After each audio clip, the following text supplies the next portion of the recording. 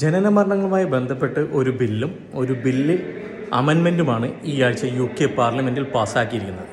UKയിലെ societal ലൈഫിനെ തന്നെ ബാധിക്കുന്ന ബില്ലുകളാണ് ഇത് രണ്ടും.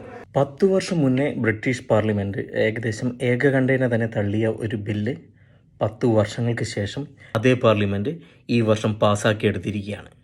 വരും വർഷങ്ങളിൽ UKയിലെ പബ്ലിക് ലൈഫിൽ തന്നെ വളരെ മാറ്റങ്ങൾ കൊണ്ടുവരുന്ന assisted dying bill UK parliament ഇന്ന് പാസ്സാക്കുകയുണ്ടായി. മണിക്കൂറുകൾ നീണ്ട ഉദ്യോഗപരവും വികാരഭരിതവുമായ സംവാദങ്ങൾക്ക് ശേഷം അസിസ്റ്റഡ് ഡൈയിങ് ബിൽ UKയിലെ ലോവർ ഹൗസായ ഹൗസ് ഓഫ് കോമൺസ് ഇന്ന് പാസ്സാക്കിയെടുത്തിരിക്കുകയാണ്.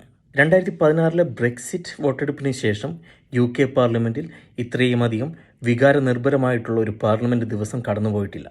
ലേബർ MP കിം ലെഡ്ബെറ്റർ അവതരിപ്പിച്ച ഈ ബിൽ 291 വോട്ടുകൾക്കെതിരെ 314 വോട്ടുകൾ നേടി വെറും 23 വോട്ടിൻ്റെ മെജോറിറ്റിയിലാണ് ഈ ബിൽ ഹൗസ് ഓഫ് കോമൺസ് കടന്നിരിക്കുന്നത്. വളരെയധികം ഔദ്യോഗികം നിറഞ്ഞ ദിവസമായിരുന്നു ബ്രിട്ടീഷ് പാർലമെൻറ്റിലെന്ന്. ഈ ബില്ലിനെ അനുകൂലിച്ച പല MP മാർ പിന്നീട് എതിരാകുകയും ആദ്യം എതിരായിരുന്ന MP മാർ പിന്നീട് ഇതിനെ അനുകൂലിക്കുകയും എതിർക്കുകയും ചെയ്തിരുന്ന MP മാർ പിന്നീട് ഇന്ന് വോട്ട് ചെയ്യാതിരിക്കുകയൊക്കെ ചെയ്തു.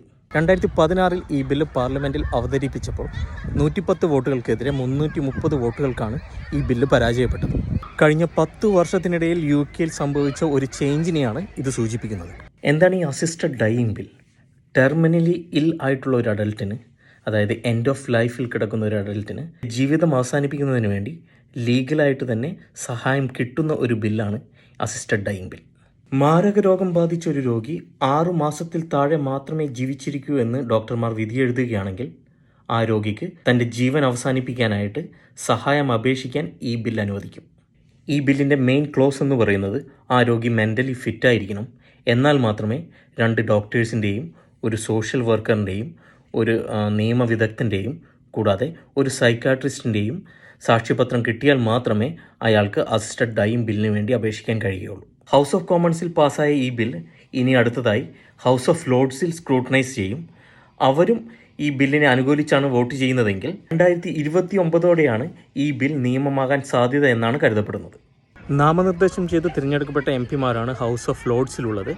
ഹൗസ് ഓഫ് ലോർഡ്സിലെ MP മാർ കൂടുതൽ സേഫ് ഗാർഡ് പോയിൻറ്റ്സ് ആഡ് ചെയ്ത് ഈ ബില്ല് പാസ്സാക്കുമെന്നാണ് എല്ലാവരും കരുതുന്നത്.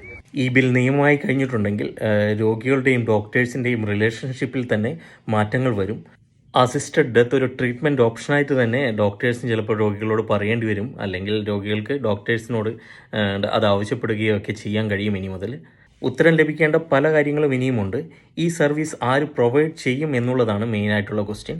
അത് NHS ആയിരിക്കുമോ അത് വേറെ വല്ല സംഘടനകളായിരിക്കുമോ എന്നുള്ളതും ഒരു ക്വസ്റ്റ്യൻ മാർക്കാണ്.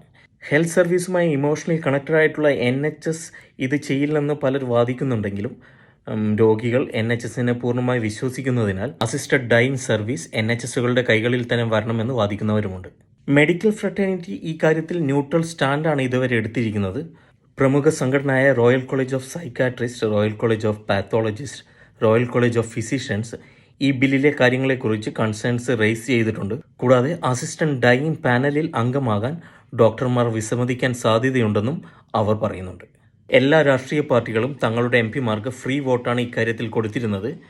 ലേബർ MP മാരും ലിബറൽ ഡെമോക്രാറ്റ് MP മാരുമാണ് കൂടുതലായിട്ട് ഈ ബില്ലിനെ അനുകൂലിച്ച് വോട്ട് ചെയ്തത്. കൺസർവേറ്റീവ് പാർട്ടിയിലെ 90% MP മാരും ഈ ബില്ലിന് എതിരായിട്ടാണ് വോട്ട് ചെയ്തത്.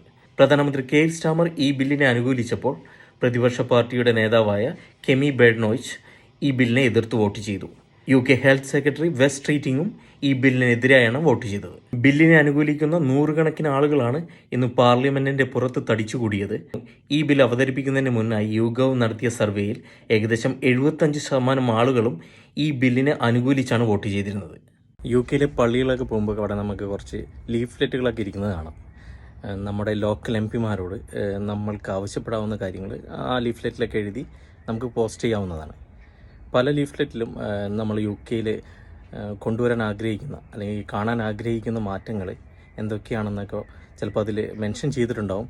അപ്പോൾ അതിന് എതിരായിട്ടായാലും അനുകൂലമായിട്ടായാലും നമുക്ക് ടിക്ക് ചെയ്ത് MPസിന് അയച്ചു കൊടുക്കാം. കഴിഞ്ഞ വർഷം ഇതുപോലെ ഒരു പള്ളിയിൽ പോയപ്പോൾ കണ്ടത് UK അബോർഷൻ ലോസിൽ കൊണ്ടുവരേണ്ട ചേഞ്ചസിനെ കുറിച്ചായിരുന്നു.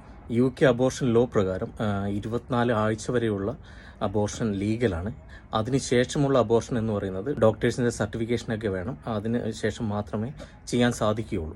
10 ആഴ്ച വരെയുള്ള ഗർഭം വീടുകളിലിരുന്ന് മരുന്നൊക്കെ കഴിച്ച് അലസിപ്പിക്കാനുള്ള നിയമവ്യവസ്ഥയും കറണ്ട് നിയമത്തിലുണ്ട്. നിയമാനുസൃതമല്ലാതെ അബോർഷൻ നടത്തിയിട്ടുണ്ടെങ്കിൽ സ്ത്രീകളെ അറസ്റ്റ് ചെയ്യാനും ജയിലിലടക്കാനും ഒക്കെ നിയമമുണ്ട്. 1967 മുന്നേ ഉള്ള നിയമപ്രകാരം 29 ആഴ്ച വരെയുള്ള അബോർഷൻ നടത്താൻ അനുമതി ഉണ്ടായിരുന്നു. എന്നാൽ 67 അബോർഷൻ ലോ പ്രകാരം അത് 24 ആഴ്ചയായിട്ട് ചുരുക്കുകയുണ്ടായി.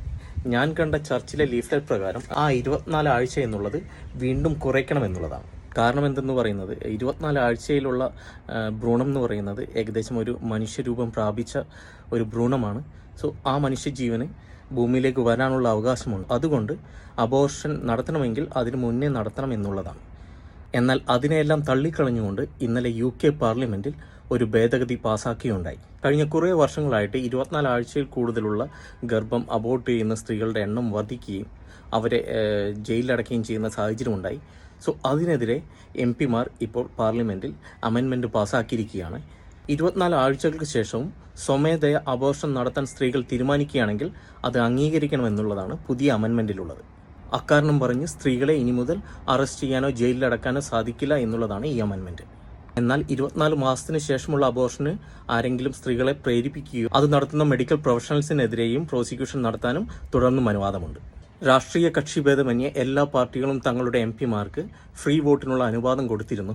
അത് കാരണം 137-നെതിരെ 379 വോട്ടിനാണ് ഈ അമെൻമെന്റ് ഹൗസ് ഓഫ് കോമൺസിൽ പാസ്സായത്. ലേബർ പാർട്ടിയുടെ ബാക്ക് ബെഞ്ചർ MP-യായ ടോണിയ ആന്റോണാസിയാണ് ഈ ഭേദഗതി പാർലമെന്റിൽ ഉന്നയിച്ചത്. എല്ലാ പാർട്ടികളിലെയും പ്രമുഖ വ്യക്തികൾ ഇതിനെതിരായും ഇതിനനുകൂലമായിട്ടും വോട്ട് ചെയ്തിരുന്നു. ബ്രിട്ടീഷ് പ്രധാനമന്ത്രി G7 സമ്മിറ്റിനായിട്ട് ഔട്ട് ഓഫ് UK ആയത് കാരണം വോട്ട് ചെയ്തിരുന്നില്ല. എന്നിരുന്നാലും പത്രപ്രവർത്തകർ UK പ്രധാനമന്ത്രിയോട് ഇക്കാര്യത്തിൽ താങ്കൾ അനുകൂലമായാണോ പ്രതികൂലമായാണോ വോട്ട് ചെയ്യാൻ ഉദ്ദേശിക്കുന്നത് എന്നുള്ള ചോദ്യത്തിന് അമെൻമെന്റിന് അനുകൂലമായി മാത്രമേ താൻ വോട്ട് ചെയ്യുകയുണ്ടായിരുന്നുവെന്നും പ്രധാനമന്ത്രി വ്യക്തമാക്കി. പ്രതിപക്ഷ നേതാവായ കൺസർവേറ്റീവ് പാർട്ടിയുടെ കെമി ബേഡ്നോക്ക് ഈ ഭേദഗതിക്കെതിരായിട്ടാണ് വോട്ട് ചെയ്തത്. പ്രഗ്നൻസി റിലേറ്റഡ് ആയിട്ടുള്ള എല്ലാ സംഘടനകളും ഈ അമെൻമെന്റിനെ അനുകൂലിച്ചിട്ടുണ്ട്. ലേബർ പാർട്ടിക്ക് പാർലമെന്റിൽ മൃഗീയ ഭൂരിപക്ഷമുള്ളതിനാൽ അധികം കടമ്പകൾ കൂടാതെ ഈ ഭേദഗതി നിയമമാകാനാണ് സാധ്യത. ചർച്ചകൾക്ക് ശേഷം ഈ അമെൻമെന്റ് പൂർണ്ണമായി പാസാക്കിയാൽ UK-യിലെ abortion law France, Canada, Australia എന്നീ രാജ്യങ്ങളിലെ അബോർഷൻ ലോയ്ക്ക് സമാനമാകും.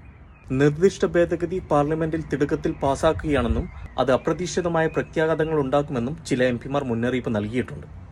പുതിയ കണക്ക് പ്രകാരം 2022 മാത്രം ഇംഗ്ലണ്ടിലും വെയിൽസിലും ഏകദേശം 2.5 ലക്ഷത്തോളം അബോർഷനാണ് നടന്നിരിക്കുന്നത്. കൂടുതൽ UK വാർത്തകൾക്കായിട്ട് ചാനൽ ദയവായി സബ്സ്ക്രൈബ് ചെയ്യാൻ മറക്കരുത്.